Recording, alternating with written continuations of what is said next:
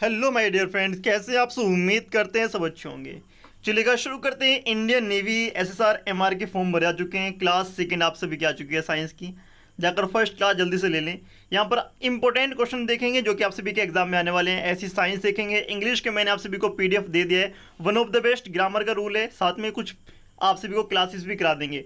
ठीक है, and maths और जीके की क्लास भी जल्दी जाएंगे आप सभी की। चलेगा शुरू करते हैं बिना किसी देरी के साथ में। सेकंड क्लास है, फर्स्ट क्लास देख लें। अगर आप लोग चैनल पर नए हैं, चैनल को सब्सक्राइब कर दें और पीडीएफ मिलेगा टेलीग्राम पर। चलेगा, कुछ उल्टे क्वेश्चन करेंगे, कुछ सीधे क्वेश्चन करेंगे। क्वेश्चन नंबर 1 आता है आप सभी का। प्लास्टर ऑफ पेरिस का रासायनिक नाम क्या है। काफ़ी लोगों को पता भी होगा। ठीक है, आप सभी को याद होना चाहिए, भूल जाते हैं, इसको गलती कर देते हैं, सिली मिस्टेक करते हैं। एग्जाम में लगभग 10 बार पूछा जा चुका है। डिफेंस के एग्जाम में लगभग 10 बार से ज़्यादा ये क्वेश्चन आ चुके हैं। चलेगा, देखते हैं।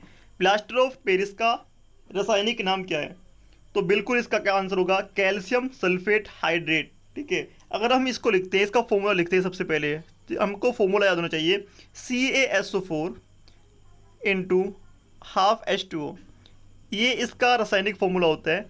अगर हमको ये याद होगा तो हम इसको आराम से कह सकते हैं कैल्शियम सल्फेट, आगे आप सभी का हाइड्रेट रहेगा। Option number C is correct. ठीक है, CaSO4 इंटू हाफ H2O कई बार एग्जाम में हुआ है, आप लोग याद कर लेंगे।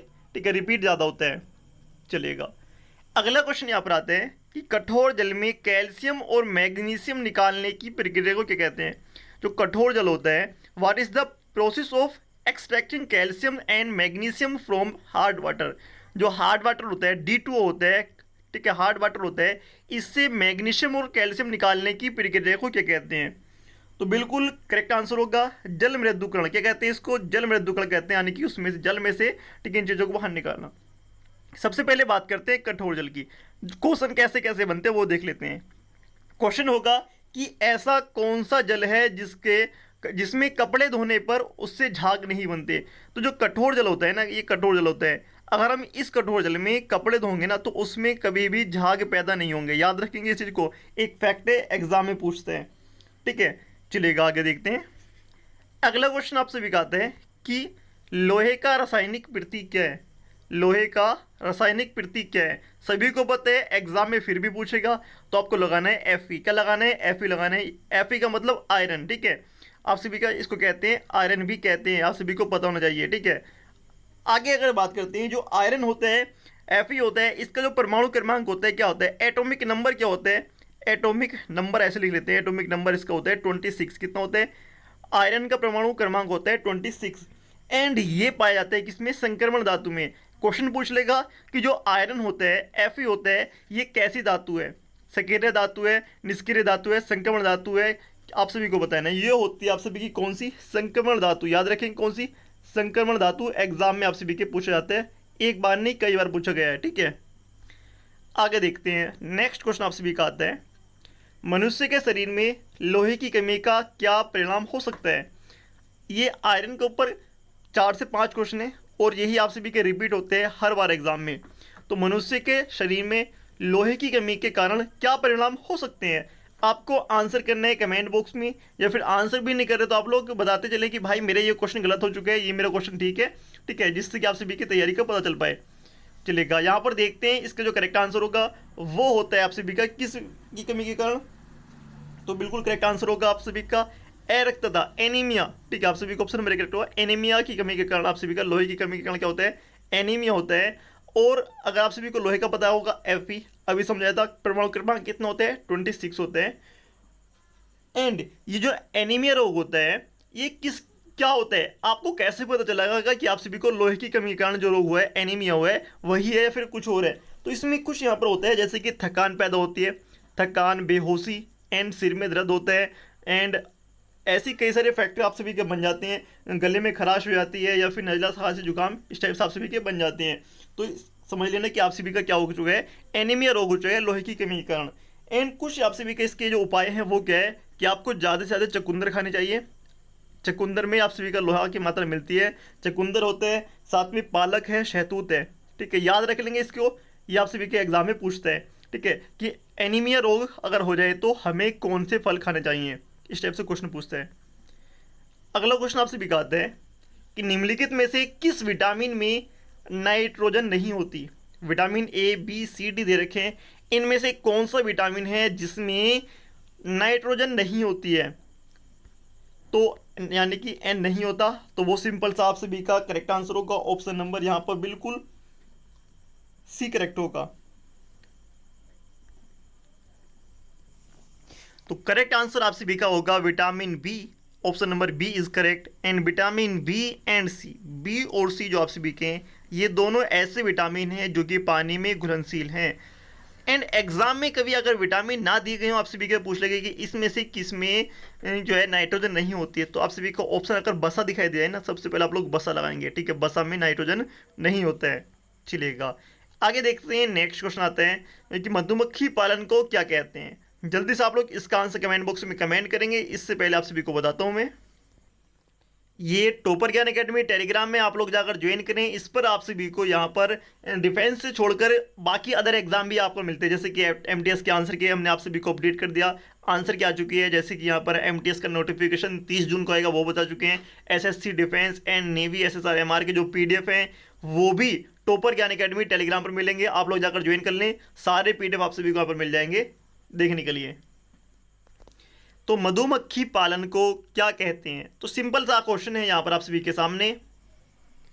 तो correct answer is option number, यहां पर करेक्ट होगा option number B is correct, ठीक है, एपी कल्चर होगा, ठीक है। यहां पर आप सभी का मधुमक्खी पालन नहीं दिखाया जाएगा, एपी कल्चर दिखाई देगा। करेक्ट आंसर आप सभी का एपी कल्चर हो जाएगा, यहां पर इस तरह से मधुमक्खी पालन नहीं होगा, एपी कल्चर डायरेक्ट दिया होगा आप सभी के एग्जाम में। अगर बात करते हैं यहाँ पर पहला ऑप्शन आता है सेरीकल्चर। सेरीकल्चर क्या होता है? रेशम के कीट पालने का एक बिजनेस होता है और उसको कहते हैं सेरीकल्चर, ठीक है। रेशम पालन, रेशम के कीट पालन को कहते हैं सेरीकल्चर। अगर बात करते हैं एंथोलॉजी, ठीक है, एंथोलॉजी एक होता है आप सभी का, जो कवि होते हैं वो क्या करते हैं, अपने कृतियों का संग्रह करते हैं। कि कोई कवि है उसने बहुत सारी कृति लिखी, उनके संग्रह को कहते हैं एंथोलॉजी, ठीक है। आगे अगर बात करते हैं मधुमक्खी पालन, यानी कि आप सभी का होता है एपीकल्चर होता है, याद कर लेंगे एपीकल्चर। आगे देखते हैं, क्वेश्चन नंबर 14 आता है कि निम्नलिखित में से किसमें रक्त नहीं होता लेकिन श्वास व पेशाब दोनों आप सभी के होते हैं? खून नहीं निकलता, अगर बात करते हैं मछली में निकलता है खून, ठीक है। अगर बात करते हैं मॉस्किटो, मच्छर में, उसमें भी खून निकलता है। एक ऐसा शख्स है हाइड्रा, इसमें खून नहीं निकलता, बाकी कॉकरोच में भी खून निकलता है, हाइड्रा में खून नहीं निकलता। तो हाइड्रा के बारे में थोड़ा जान लेते हैं।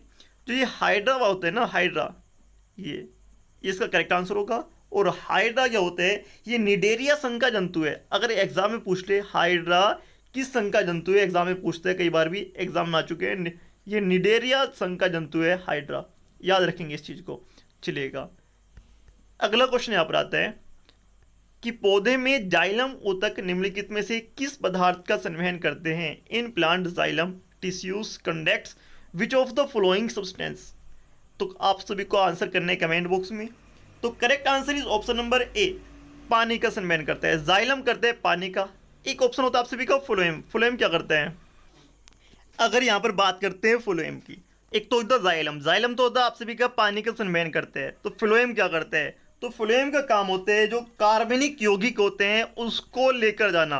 क्या काम करता है फ्लोएम? क्या काम करता है? जो कार्बनिक यौगिक होते हैं उनको लेके जाने का काम कौन करता है? वो करता है फ्लोएम, ठीक है। दोनों का क्लियर हो चुके हैं, गलती मत करना एग्जाम में, एग्जाम में बहुत पूछते हैं क्वेश्चन को। अगला क्वेश्चन आते हैं कि किसी पेड़ के लगभग सही आयु को कैसे ज्ञात किया जाता है? तो उसका सिंपल तरीका है कि वलयों की संख्या गिनकर। हर पेड़ में वलय होते हैं, ठीक है, वलय आकार के होते हैं, तो उन वलयों की संख्या गिनकर ही पेड़ की आयु का पता लगाया जा सकता है। चलिएगा क्वेश्चन नंबर 11 यहां पर आता है कि निम्नलिखित में से कौन सी कोशिका को आत्मघाती थैली कहा जाता है? Which of the following sales is called a suicide bag? Suicide bag जो होते हैं वो उसको कहते हैं lysosomes. Option number A is correct, lysosomes correct answer होगा। इसको कहते हैं आपका आत्मघाती थैली। नेक्स्ट क्वेश्चन आता है कि बिजली के बल्ब में फिलामेंट के निर्माण के लिए टंगस्टन का प्रयोग क्यों किया जाता है? दोबारा सुनो क्वेश्चन को। बिजली के बल्ब के फिलामेंट के निर्माण में, जो बिजली के बल्ब होते हैं ना रेड कलर वाले, कौन से वाले? जो रेड दिखाई देते हैं, जो पहले यूज करते थे घरों में, उसके अंदर टंगस्टन धातु का यूज होता है, सभी को पता है। उसका जो प्रयोग होता है क्यों करते हैं, ऐसा क्या कारण है उसका? तो correct answer is option number D, इसका गलनांक बहुत ऊंचा होता है। लगभग कितना? तो आप सभी का 5555 डिग्री सेंटीग्रेड करेक्ट आंसर होगा। एंड ऑप्शन नंबर डी यानी कि इसका गलनांक बहुत ऊंचा होता है और ये एकदम से गलता नहीं है, कितना भी हीट होने के बाद जो उसका हुआ है वो गलता नहीं है। आप कभी देखेंगे जब बल्ब फ्यूज होता है ना तो वो दो भागों में टूट जाता है, बल्ब का जो फिलामेंट होता है वो दो भागों में टूट जाता है, वो गलता नहीं है, ठीक है, जलता नहीं है बिल्कुल भी। अगर बात करते हैं टंगस्टन धातु की, यहाँ पर ये टंगस्टन है, टंगस्टन की अगर बात करते हैं इसका जो परमाणु क्रमांक होता है वो होता है 74। एग्जाम के परस्पेक्टिव से काफ़ी इंपोर्टेंट है, 74 इसका परमाणु क्रमांक होगा। अगर बात करते हैं टंगस्टन का फॉर्मूला तो वो आप सभी को पता होना चाहिए, WF6 इसको कहते हैं। साथ में सबसे ज़्यादा जो प्रोड्यूस करने वाली कंट्री है ये चीन है। चीन में जो टंगस्टन है सबसे ज़्यादा टंगस्टन आप सभी का, ये उत्पादक कौन करता है, चीन करता है। अगर भारत की बात करते हैं, भारत का कौन सा राज्य सबसे ज़्यादा टंगस्टन का उत्पादन करता है, तो वो आप सभी का होगा कौन सा, राजस्थान। कौन सा होगा, राजस्थान आप सभी का करेक्ट आंसर हो जाएगा। चलिएगा अगर आगे बात करते हैं कि टंगस्टन का कोई और भी नाम होता है क्या, टंगस्टन को कहते हैं वोल्फ्राम। क्या कहते हैं, वोल्फ्राम कहते हैं टंगस्टन को, वोल्फ्राम कहते हैं टंगस्टन को, याद रखेंगे इसको, वोल्फ्राम कहते हैं टंगस्टन को। चलिएगा अगला क्वेश्चन देखते हैं। क्वेश्चन नंबर 9 आते हैं, पहाड़ों पर जल कम तापमान पर उबलने लगता है क्यों? ऐसा क्या कारण है कि जो पहाड़ों पर जाकर जल कम तापमान में उबलता है? अगर मैं आप सभी को असलियत में बताऊं ना, लगभग 10 बार इसको मैं मॉक टेस्ट में कर चुका हूं और 4 से 5 बार एग्जाम में मैं इसको खुद दे चुका हूं, ठीक है। ये क्वेश्चन आपसे मेरा आ चुका है, पहाड़ों पर जल कम तापमान में उबलता है क्यों? ऐसा सिर्फ एक ही कारण है, वो है वायु दाब कम होता है। जब हम ऊपर को जाएंगे ना, ये पृथ्वी की सतह से जितना ऊपर को जाएंगे तो वहाँ पर वायु दाब जो प्रेशर है वो कम होता चला जाएगा, और जितना नीचे को आएंगे वो आप सभी का सरफेस पर सबसे ज़्यादा होता है, और सरफेस के अंदर जाएंगे फिर भी कम होता चला जाएगा, याद रखेंगे इस चीज़ को।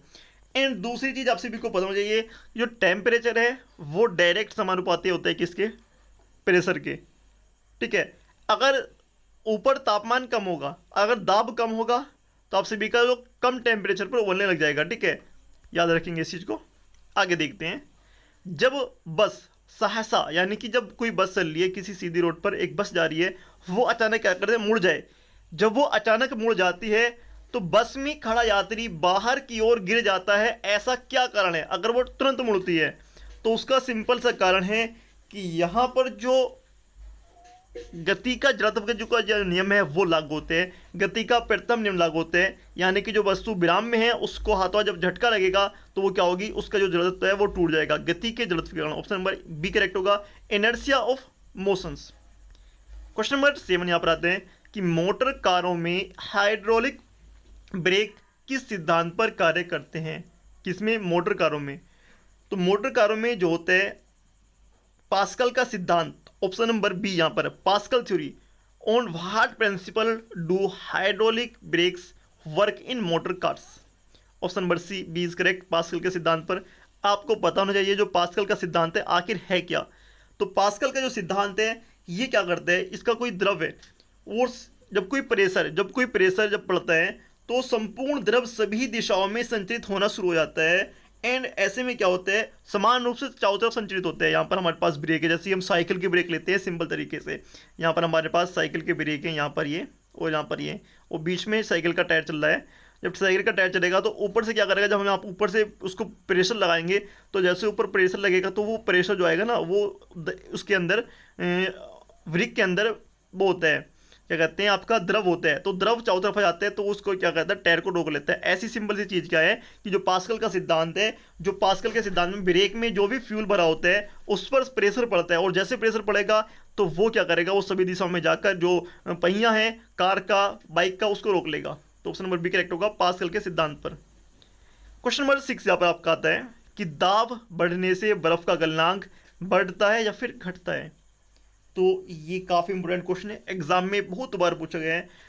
दाब बढ़ने पर इसका जो गलनांक है वो घट जाएगा, डिक्रीज होगा। Melting point of ice due to pressure increase या फिर डिक्रीज? तो आप सभी का डिक्रीज, ठीक है, यहाँ पर आप सभी का इसको डालेंगे। चलिएगा निम्न में से मीथेन का सही सूत्र, मीथेन गैस जो होती है इसका सही सूत्र पूछा गया है। State of correct form of methane form the following. तो करेक्ट आंसर होगा CH4, option number C correct, CH4 होगा, ये कहते हैं मीथेन। जो मीथेन है ये प्राकृतिक गैस के नाम से भी जानी जाती है, क्योंकि प्राकृतिक गैस में सबसे ज़्यादा मात्रा मीथेन गैस की होती है। ठीक है, ये काफ़ी इंपॉर्टेंट क्वेश्चन है, तो इसको आप लोग याद कर लेंगे। आगे देखते हैं, पित्तरस का पीएच मान कितना होता है। जो पित्तरस है इसका पीएच मान कितना होता है, तो पित्तरस का जो पीएच मान है वो होता है 7.77। Option number B is correct. तो पित्तरस से आपसे भी एग्जाम में क्वेश्चन बहुत ज़्यादा पूछे जाते हैं, याद कर लेंगे इसको भी। क्वेश्चन 1 थर्ड यहाँ पर आते हैं, विटामिन ई का रासायनिक नाम क्या है। विटामिन ई, तो विटामिन ई का रासायनिक फॉर्मूला आपसे भी से पूछा गया है, what is the chemical name of vitamin E. तो विटामिन ई को क्या कहते हैं, तो विटामिन ई को सबको पता है, कहते हैं कैल्सीफेरोल। कैल्सीफेरोल होगा आप सभी का विटामिन डी। ऑप्शन नंबर आप सभी का यहाँ पर डी तो हो जाएगा कैल्सीफेरोल, यहाँ पर सी होगा tocopherol, vitamin E. And vitamin E का आप लोगों को मैं एक तगड़ा सा हिसाब बता देता हूँ कि विटामिन ई का सबसे बड़ा रोग कौन सा है, हार्ट अटैक। कौन सा आज के टाइम पर सबसे ज़्यादा चल रहा है, हार्ट अटैक होता है विटामिन ई की कमी के कारण। ठीक है, हार्ट अटैक होता है किस कारण, विटामिन ई की कमी के कारण। याद रखेंगे इस चीज़ को। तो यहाँ पर बी किसका, कैल्सीफेरोल। स्कोर भी कम विटामिन सी से संबंधित होगा, रेटिनॉल आप सभी को पता ही है। चलेगा, आगे देखते हैं। आगे यहाँ पर आता है question number 2 and vitamin B12 में पाया जाता है। विटामिन B12 में क्या पाया जाता है आप सभी को पता है, एल्यूमिनियम, स्टील, टंगस्टन, कोबाल्ट। तो विटामिन B12 में पाया जाता है कोबाल्ट। ठीक है, क्यों, तो आप सभी को पता होगा इसका नाम ही होता है साइनो कोबाल्टमीन। तो यहाँ पर इसमें कोबाल्ट धातु पाई जाती है। देख लेते हैं एक बार, सारे विटामिन पढ़ लेते हैं। चलिएगा, जल्दी से एक बार रिवाइज कर लेते हैं। विटामिन ई, विटामिन ए यानी कि इसका नाम होता है रेटिनोल, एंड इससे रोग होता है कौन सा, रतौंधी एंड जीरोफ्थोमेलिया। विटामिन B1 को कहते हैं थाइमीन, इससे होते हैं बेरी। विटामिन B2 को कहते हैं राइबोफ्लोबिन। ठीक है, आगे देखते हैं। यहाँ पर ये विटामिन बाकी स्किप कर देते हैं। विटामिन B12 को कहते हैं साइनोकोबालमीन। ठीक है, जिससे क्या होता है, एनीमिया रोग होता है, किससे, एनीमिया रोग हो जाता है। और विटामिन सी का होता है आप सभी का स्कोर्बिकमल। विटामिन सी का नाम है स्कोर्बिकमल, और इसमें मसूड़ों का फूलना या फिर स्कर्वी रोग होता है विटामिन सी की कमी के कारण। डी का नाम है विटामिन डी यानी कि कैल्सीफेरोल, जिससे रिकेटस यानी कि जो हड्डियां हैं वो कमजोर हो जाती हैं बच्चों की या फिर बड़ों की, जो भी। ठीक है, तो रिकेटस इससे रोग होते हैं। विटामिन ई का नाम है टेकोफेरोल। विटामिन ई का नाम है टेकोफेरोल यानी कि जनन शक्ति का कम कर देना। एंड विटामिन के का नाम है फ्लोक्विनोन यानी कि रक्त का थक्का ना जमना, यानी कि विटामिन ए की कमी के कारण होता है, के की कमी के कारण रक्त का थक्का नहीं जमना। ठीक है, इनके नाम पूछ लेते हैं। विटामिन B3 पेंटोथिनिकम्ल, vitamin B5 niacin, vitamin B6 pyridoxine, and vitamin 9 folic अम्ल। ठीक है, याद कर लेंगे इस चीज़ को। आगे देखते हैं, आज का लास्ट क्वेश्चन यहाँ पर है, फाइकोलॉजी के तहत विज्ञान को किस शाखा का अध्ययन किया जाता है। ठीक है, फाइकोलॉजी के तहत विज्ञान की किस शाखा का, ठीक है, अध्ययन किए जाते हैं। Which branch of science is studied under phycology. तो बिल्कुल करेक्ट आंसर होगा शैवालों का। ठीक है, क्या, शैवालों का।